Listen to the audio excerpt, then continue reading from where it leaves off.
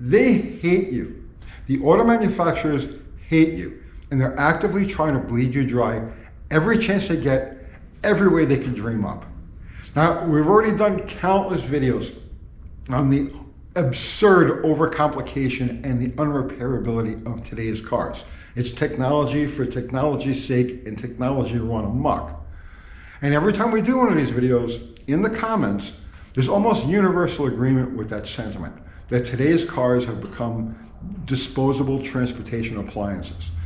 And for that reason, a lot of you guys are like, yes, I'm going to keep my 2010 fill in a blank forever, or my 1999 fill in a blank forever. That's going to be my forever car.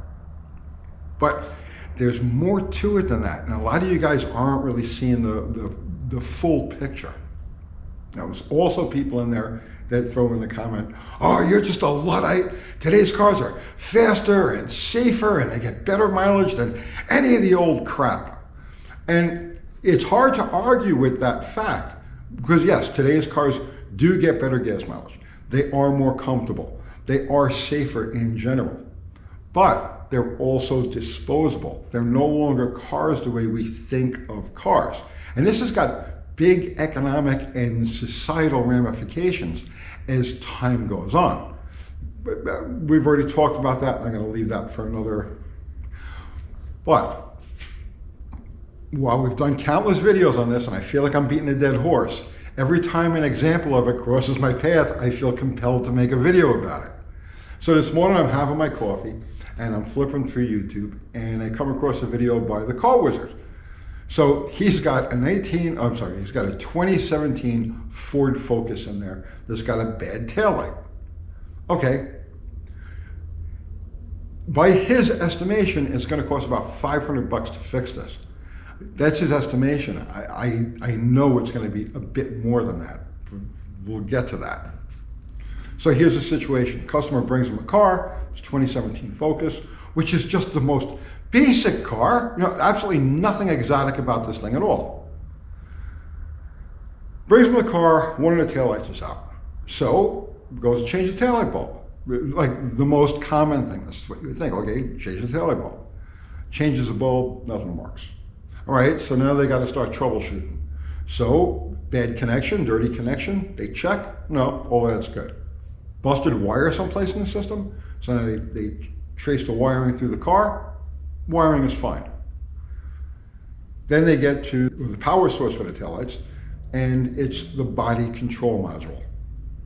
All right, now the body control module is something that you guys who are looking at older cars to keep forever, this is something you need to be aware of.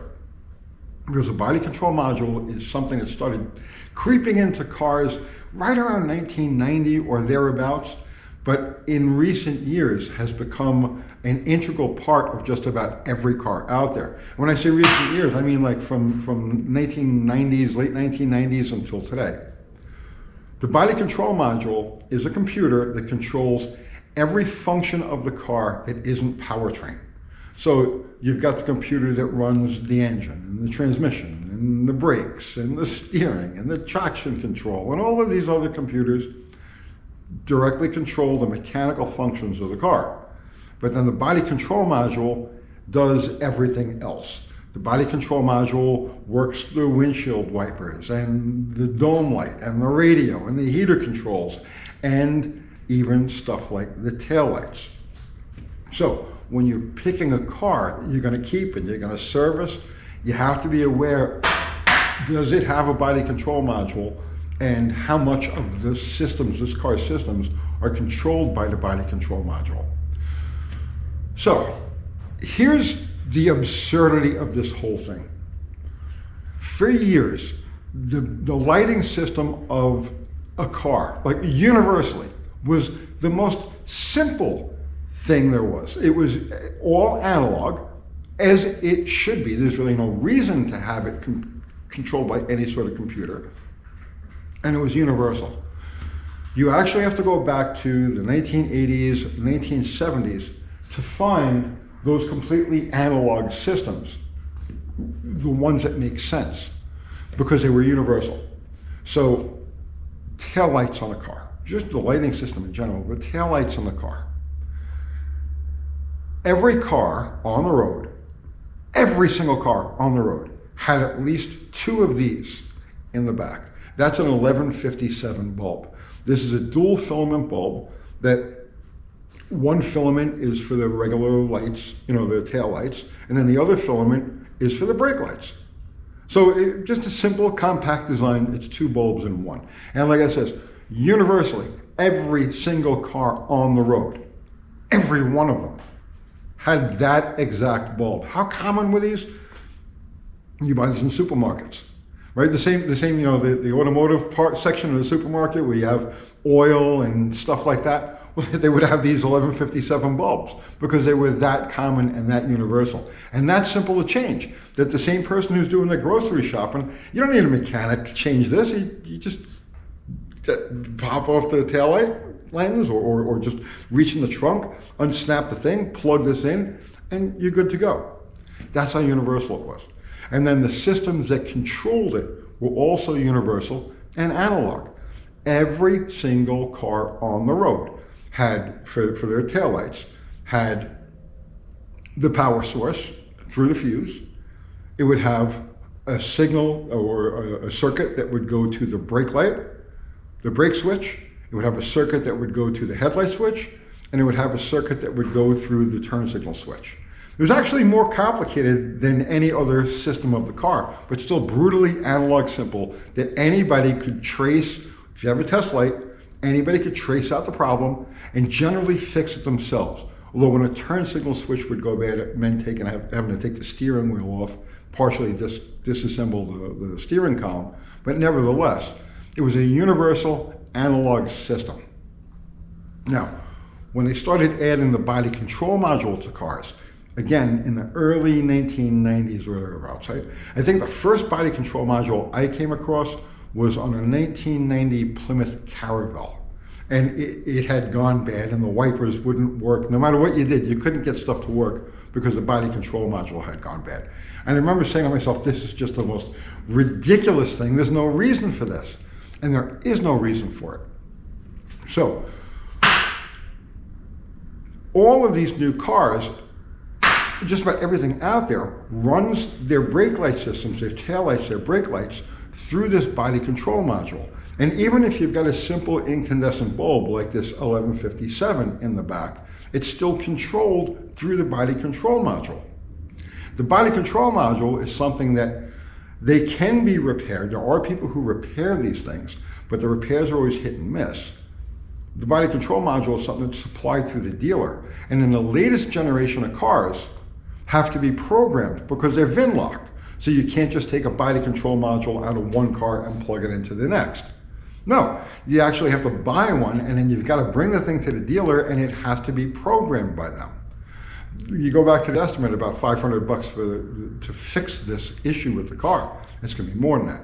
The body control module is going to be at least $400, $500, or $600, and then you've got to have the dealer program it.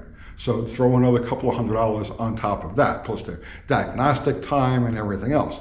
So in other words, what should have been a simple repair, okay, beyond the bulb, is it a brake light switch? Is it a turn signal switch? Is it the headlight switch? Is the fuse bad? That's it. That's the entire range. You go back to cars like this, and that's the entire range of possibilities that it could be that would cause a taillight to not function.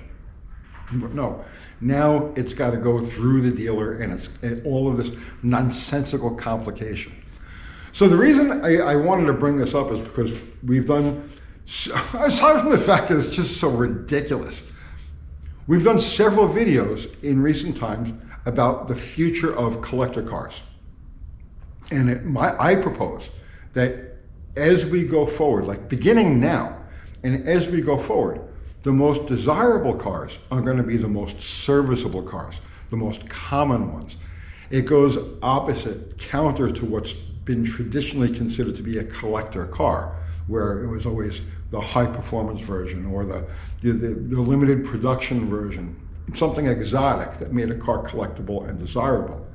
And I have proposed that because cars have become unserviceable, unsurvivable appliances, that cars that and not just cars, but obviously trucks and motorcycles, fill in a blank, that ones that are user serviceable, that somebody can take a test light and probe different things, and just change a simple switch, or just repair the switch, or fix the dirty contact themselves. Those are the cars that are going to become the most desirable going forward. Because when the average car on the road is a Dixie cup, the ones that you can keep going are the ones that are going to have status. We did that video on the Chevette. There was a low mileage Chevy Chevette that sold at some ridiculous, close to $100,000 at auction recently. Why? Why would anybody want something like that? Other than the fact that it represents simplicity, minimalist simplicity, something that you can buy and drive and own and keep and service yourself, or have, just a regular mechanic service it. There's no need to subscribe to anything. There's no reason to be, held captive by the dealership because they have to program this and so on and so forth. That those are the cars that are going to be the most desirable. So when we've done those videos, the people in the comments have been just about universally in agreement that yes, today's cars are junk, they're disposable, I want something I can keep forever. And so it's like fill in the blank. I'm going to keep my 2010 fill in the blank forever because it doesn't have the CAN bus. I'm going to keep my 2002 whatever forever because it doesn't have the CAN bus. But it's more than that. You have to look beyond. How many of the car's basic systems, like something like a taillight, are controlled by the computer, by the body control module, and how available are those modules, how repairable are those modules, how much of that car is going to have to be completely rewired or reconfigured because that module is no longer available or no longer serviceable. So these are things you need to keep in mind if you're looking to buy your forever car, or in what I think is going to be the most desirable collector cars in the future. You want to find stuff from that era that has completely analog, common sense electronics, be serviced by anybody, and none of this. I know, but in the comments, a lot of people, because the vast majority agree with the basic premise. Since today's cars are Dixie cups, or disposable, I don't want to have any part of that. I'm going to keep my older car. There's always people in the comments that are like, yes, but you guys are just Luddites. Today's cars are faster and they're safer and they get better gas mileage and they're more comfortable and blah, blah, blah. And on the surface, you guys are absolutely correct. Today's cars are superior in function, in every way, to the older cars. The problem is today's cars will never get a chance to become an older car. And the ramifications for that, for people who are living on a budget, who can't just run to the dealer and get a new car every 3 years or every 5 years, that don't want to be beholden to a lease and get into that treadmill, the people who rely on a basic second or third hand car to get to school or to get to work, there's problems. There are big problems beyond like the obvious, just the machinery. There are social issues here. I'm filming this today, it's Halloween, it's October 31st. And tomorrow, we've got this government shutdown happening right now. And tomorrow, evidently, the SNAP benefits, or the food stamps, are gonna get cut off for 42 million Americans. Wrap your head around that for a minute.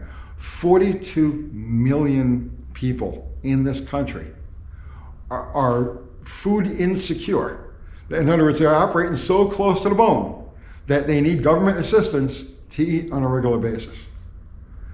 These are the same people who rely on that 15-year-old Ford Focus or whatever it is to just go about their daily business. These are the people who need analog, simple electronics, serviceable stuff that they can fix, or their neighbor can fix, or they can run it to the local mechanic, and yeah, it's gonna be like $80, but Unlike today's cars, where it's like hundreds of dollars for the most basic thing, and you're beholden to the dealer. And then what happens when the dealer stops servicing these things? What happens when those VIN-lock components are no longer able to be serviced by the dealer? You can have a car that's absolutely pristine with low mileage, perfect interior, perfect paint, perfect everything. But because a simple thing like a taillight is on the fritz for good because of a body control module that's no longer available and no longer programmable, it's not supported anymore by the manufacturer. Things have run off the rails.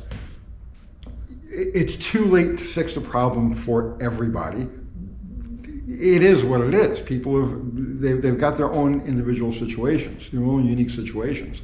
But you can do something to make sure that you still have reliable, affordable, sustainable transportation into the future. Just, you have to be very careful of what you pick to take that ride into the future with. Because a late 1990s or early 2000s car, just because it doesn't have CAN bus, just because it doesn't have all of the latest, unrepairable gizmos in it, doesn't necessarily mean you're not going to have to do some major rewiring, major reconfiguration of the car going forward, just to make things like a taillight bulb work. So that would be my recommendation. If I was looking for the forever car, the one you're going to keep, I would go past the years where body control modules and things like that became common. In my mind, early 1990s and back is the way to go. And if you get to like cars like the 1970s, the middle to late 1970s, early 1980s, I think you're going to find the pinnacle of, or the best compromise of performance, economy, reliability, all of the things, the quality in the car, along with that serviceability and reliability, user serviceability. So it's just so crazy. It's like, I'm biting the hand that feeds me. I'm an automotive channel, right? I get paid by the ads that YouTube puts on these videos, and guaranteed there's going to be an ad from a new car manufacturer for whatever the latest gizmo machine is. And here I am telling you, no, those people hate you, and they don't deserve your loyalty. Not anymore. Not the way it used to be. Okay, rant over for now. Body control module, bad. Stick with direct wired systems. That's the important thing you're looking for. Nothing that has to be run through a computer. See you tomorrow.